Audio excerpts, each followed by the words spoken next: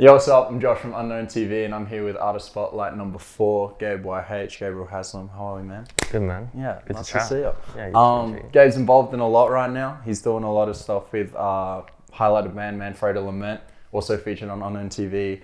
Been involved in a lot of other ensembles going on in Sydney. Really involved in the scene right now. That's why we got him here. How would you describe yourself in the space right now if you were to put that forward? I think just trying to explore the different people that I can play with, trying to get in there, meet better and better players, hopefully get to play with them and just find other artists, that I'm keen to work with and stuff like that. Yeah. I mean, we're in 2023 now. How do you think networking's going at the moment? Pretty good, I think. I mean, the music industry is kind of weird like that.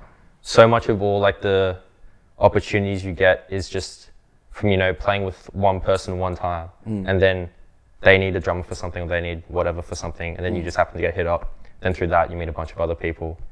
And I mean, so yeah, I feel like I've had this chat with other guys recently where they felt like people who I knew were like amazing players playing around for ages, and sometimes it takes a while for someone to actually meet the people that get them into the scene, at the actual scene where everyone's getting gigs and all that, that sort of thing. Yeah. But sort of just starting to get into that a bit now, and it's fun. Yeah, it's cool. Yeah, fuck yeah.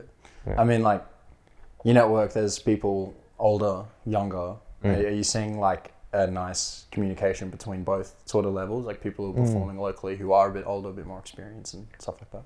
Yeah, I think it's good. Like I found that a lot of the older guys, at least that I've met, are really excited by what the younger guys are doing and really want to help them and want them to get better as well.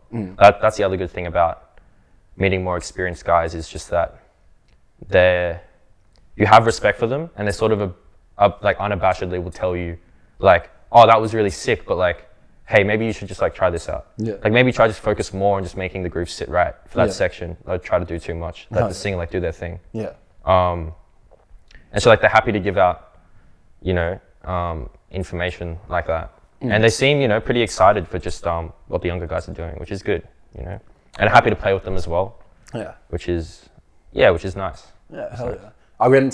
We'll get into more in like your early stages and stuff, but recently you've just performed at the Powerhouse Museum, which is, quite an obscure, but I guess you could say a high level venue because of just like what it is, like just like performing at the Powerhouse Museum. It's like a bit of a trip out. Yeah. How is that, leading into like being a big experience that you've had now? Like how is that, how did that feel? What was that? I mean, like? Powerhouse is kind of a weird one. I mean, like no one, it's not really known as like a music venue at all, and it's definitely not mostly.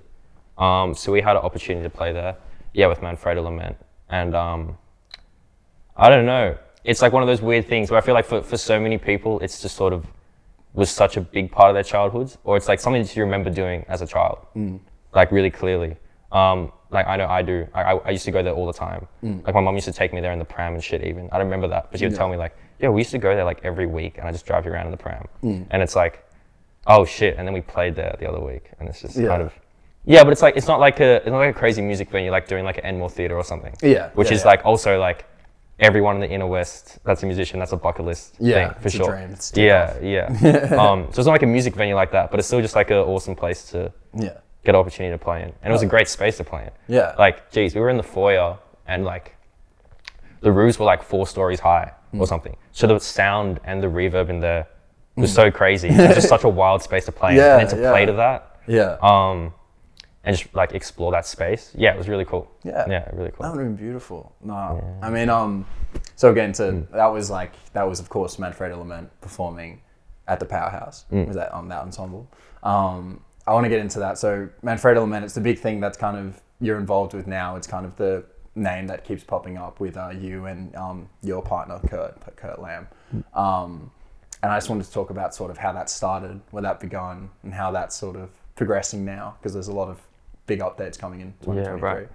Yeah, that's a pretty, it's funny how we started. We just sort of, we met actually over Zoom at a uni class, which is really funny. We were in like, I think the teacher was late to class or something, and Kurt was just being his normal like kind of crazy self, just like playing music and dancing and shit, like in a Zoom call, Yeah. you know, in the morning. Everyone's Is this during like quarantine? Yeah, this is during quarantine. Yeah, This is like first or second year uni or something. So like a couple years ago now, right? Yeah. And and we just like hit it off, literally just in a breakout room. We're just like, I was like, oh, this guy's cool. And we happened to bump into each other at Campo. Right, classic spot. Yeah. And like, and he's like, no fucking way, it's you from fucking that one class at uni. And we just like listened to music the whole night. Finally managed to jam together, and we're just like, oh, this just sits really well. This feels really good.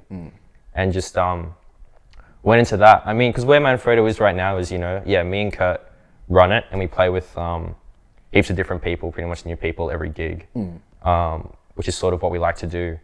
But, you know, that started as sort of just trying to find other people we wanted in the band.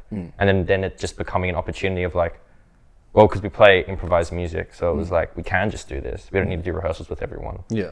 And then just, I don't know, just, it started, you know, just trying to like find people and jam and stuff. And it turned into that, just like stayed as what the band was. It's just playing with new people all the time. Yeah. That's sort of become a big part of it. Hell yeah. Hell yeah. Just so to pull that back to describe, I guess, to cameras, to people, what is Manfredo? Like, what do you guys do musically? Right. What is the sort of genre that you guys immerse yourselves in? Yeah, so I guess it's, you know, it's improvised music. It's very groove based. We've been struggling on trying to find a proper way to describe it. Kurt's new favorite word, one we've kind of landed on, is using adjacent in some way, you know, adjacent to something. So what is it, you know? It's like, you can't call a genre of music adjacent. No, the genre is not adjacent, but it's jazz adjacent music. Yeah. Okay. So it's not straight ahead jazz. It's not like modern jazz entirely, but it's very much the surrounding genres to that and everything that goes with that. Yeah. You know, like neo soul and R&B nowadays is so heavily jazz influenced, especially in harmony. And I mean, even like hip hop, like through the 2000s and all that, has always had like a really big jazz influence. Yeah. But you never say like that they're types of jazz. Yet harmonically, they're quite jazz-based. So it's sort of, it gets us that, it's like, you know, jazz, harmony-based, groove-based, synth-driven, just improvised groove music, I guess. Yeah. Yeah, just sort of play to the space, see what's going on. Yeah. And that's where having new people every gig comes into it. Yeah. Is that me and Kurt have our sound, how we like to play, but then bringing new people in every gig is sort of like the interaction from the sound we want to bring and then what they're good at and the sound they bring sort of just creates new music every time. Yeah. And because it's improvised, we can just explore that and push and pull in terms of where the music's going to go. Yeah. What the crowd's seeming to want. If people get up and start dancing, like they're like, okay, we should play like a pumping like dance song now, do something funky or whatever. Yeah, yeah. But everyone's chilling out. It's like, okay, let's make it ambient. So what was the first vibe? Like, how did that start? What were you guys producing? I guess improvised wise, like what like vibe were you going for, and like has that changed now, or is it like still like how have you learned how the audience reacted? You know? I reckon like the music, it constantly changes just depending on who we are as players at that time. Because it's been a bit now. I mean, maybe it's been like what, a year and a bit since me and Kurt probably started playing together. And I mean, I don't know. I feel like it's become. Yeah, it sort of like evolves and changes what we bring to it. I think it's more just the influences we have at the time. Like I think before it used to be a lot more, I don't know actually, I haven't really thought about this before. Maybe like slightly more like mainstream sort of sounding, and I say that relatively. Yeah, mainstream to jazz or mainstream to just music in general? Mainstream to sort of like soul and R&B, I'd say, like a few songs. And then when we get like crazy, the point of the songs would be the crazy ideas. Like if we do like a song in like a odd time signature or something, it's probably one of our first times exploring that time signature together and just like seeing like, what we're gonna do with it. But now, you know, that's been a while. It's like, oh yeah, we kind of like know those ideas. So it's like, let's try to do something more interesting with it. Yeah. Try to like, you know, have a melody or something that the audience can really hold on to. I think that's actually been the main thing. I think before it was sort of more us just exploring ideas constantly and just trying to really be free and do crazy shit. Because it started in really low pressure situations. Right, so we can just do whatever. And then now it's sort of become more trying to craft a song live. Yeah. which is like requires a lot more thinking, I feel like. But I think it does end up with a way better audience experience. Yeah. Because you don't have to be just invested in like the fact that we're improvising is what makes it interesting. Yeah. Like if what you're improvising is a good piece of music, then it's a good piece of music, and people find that interesting. Yeah. You know. Well, yeah. It's interesting, like now, because I've seen you guys live. Like your improvisation is incredible, and what's so special about it is how. What's so cool about it is how, I guess, like spontaneous and how transformative you guys can be when making music, and how, I guess, out of pocket, how thought or prepared it is, right? But you guys are about to release an EP. How does that work now? So you're improvising a bunch of it. You've gone with what works. You have stuff that you like on some nights, stuff that you think's better or worse or whatnot. And now you're recording music. So what is like the landing? How do you even start? How do you start when you're coming from improvisation? Yeah, so it's funny that how we've ended up doing it is this upcoming EP and the stuff that we have in the vault is all been recorded live at shows. So they're all like just recorded straight out of the sound desk at the shows. We just get all those audio files, can look back at it the next day. First of all, I mean, it's just great to always record yourself and listen to yourself, as that's like a learning tool, like amazing, especially for live shows. But then we can listen back to it and be like, this was the EP coming out was actually the first show that we recorded properly out of the desk. Okay. And we listened back to it and we were just like, geez, this is like pumping, like a few of these songs. Yeah. And then over the course of a couple months, slowly just whittle down those audio recordings. So like take out a bunch of songs. So no re-recording? No re-recording at all. Yeah. Okay. Just straight off those original recordings. And then sometimes, shortening the songs a bit as well, like cutting off beginnings and ends, all that sort of thing. Okay. And then, because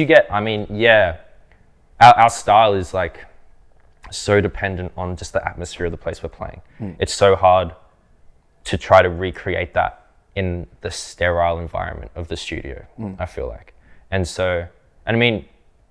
that sort of has a different energy to it. And you can sort of hear that it's live in the recording. Like you hear like glasses clinking and people chatting in the background sometimes, people cheering or whatever after a solo and shit like that. And it gives it so much energy, and you can sort of, it way more feels like you're there listening to the show, which is kind of what we wanted. Yeah. Oh, then it ended up coming out good. So yeah. Hell yeah. And that you guys are previewing that at Waywoods. What's the date for that? Yeah, June 1st. June 1st. June 1st at Waywoods, yes sir. Hell yeah. So that's funny because we're gonna actually we're gonna learn the songs off of that EP. Okay. And then improvise within them, play around with those and on the set as well. Solo wise and like ensemble wise. Yeah. So we'll just like, be like, oh, okay, those were the chord progressions. That's the sort of distinct sections. This is what's going on. Just some nice lines. Probably try to like remember those, and then just play around with it. Yeah. I mean, the songs are already long as it is. We'll probably make them even longer. Yeah. So we'll see. But how long are the? To not spoil too much. How long is like one track from the EP? So in total, it's 25 minutes. Okay. The whole EP, but it's only 3 tracks. So it's like. That's a big distribution. So it's like, between 7 and 10 minutes for each of the tracks. Yeah. Dang. But what we've tried to do is every part of those, like if a track's 7 minutes, every part of that 7 minutes is really capturing and really interesting. There's never a point where you're waiting for the next thing to happen. You're always just really in it for that whole time. Yeah. And I mean, because they're like evolving songs, that's the other great thing about impro, is that the songs can take such a natural like evolution like through them. Like you can start somewhere and then the chorus or like the B section or however you want to label it can be completely different. It can be a different tempo. It can be totally different feel, like but it can just work. But that stuff's like so hard to write. Yeah. But it's kind of not too hard to feel in the moment and feel it works. Yeah. I mean, it's so going into music and like learning music, it's all, I feel like a big thing that comes with like being intelligent in that is knowing the structure and knowing the writing and knowing how it begins and how it ends. And I feel like that's how a lot of people judge songs, music, albums. How does it begin? How does it like hold and how does it end?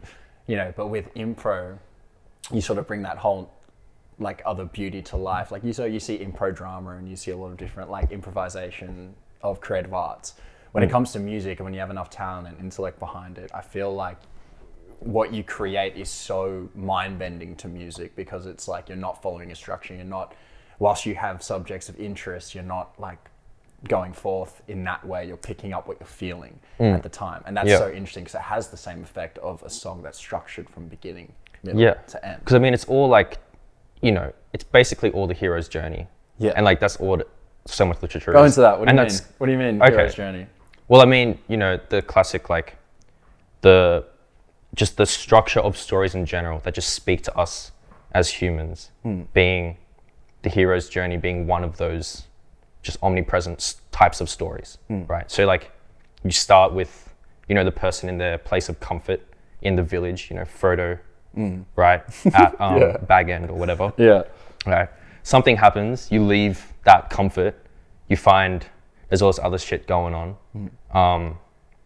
You know, there's like the conflict, you get introduced to the bad guy, whatever. You have to deal with that conflict, and that's a whole thing. And then eventually you return back to that same comfort you had at the beginning, like the return home to the village, like the prodigal son going away and doing whatever, coming back to the village at the end. There's always that return. Yeah. But I mean, it's like, that's just ways of telling stories.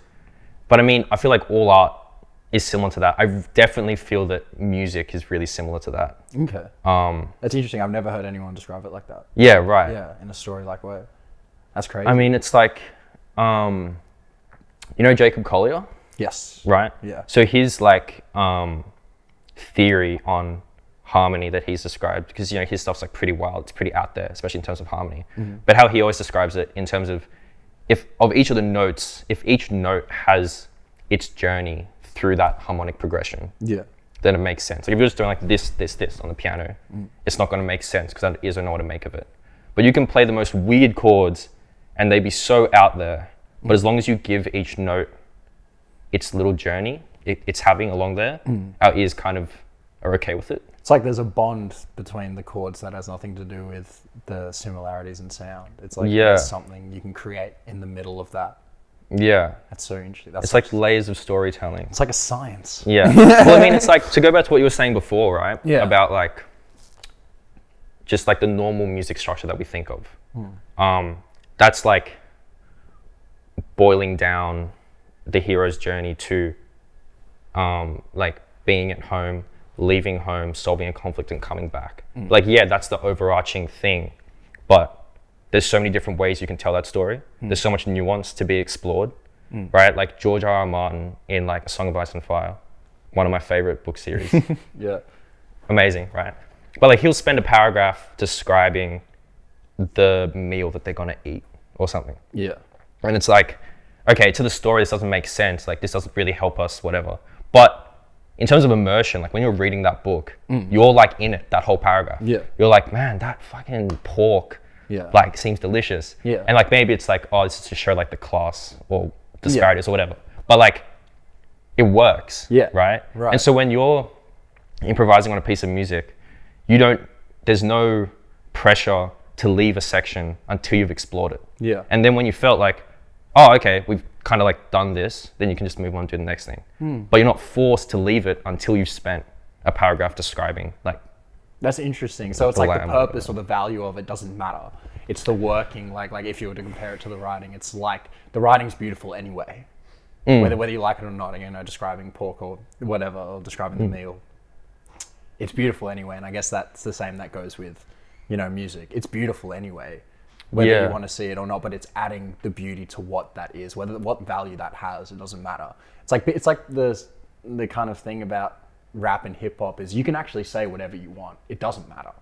But what does matter is stuff like the pronunciation, the hitting, why is it there, what entertainment level is it bringing to you, what is it hitting in your like senses, that's making you feel like so great. And I feel like a lot of people are expecting that to already be written down, where that stuff can come randomly, it can come from, you know, just like a present experience. And that is, I feel like what you guys are doing with like improv music, you know, really providing that sort of presence, that experience. Yeah. With that detail. Yeah, it's an interesting one.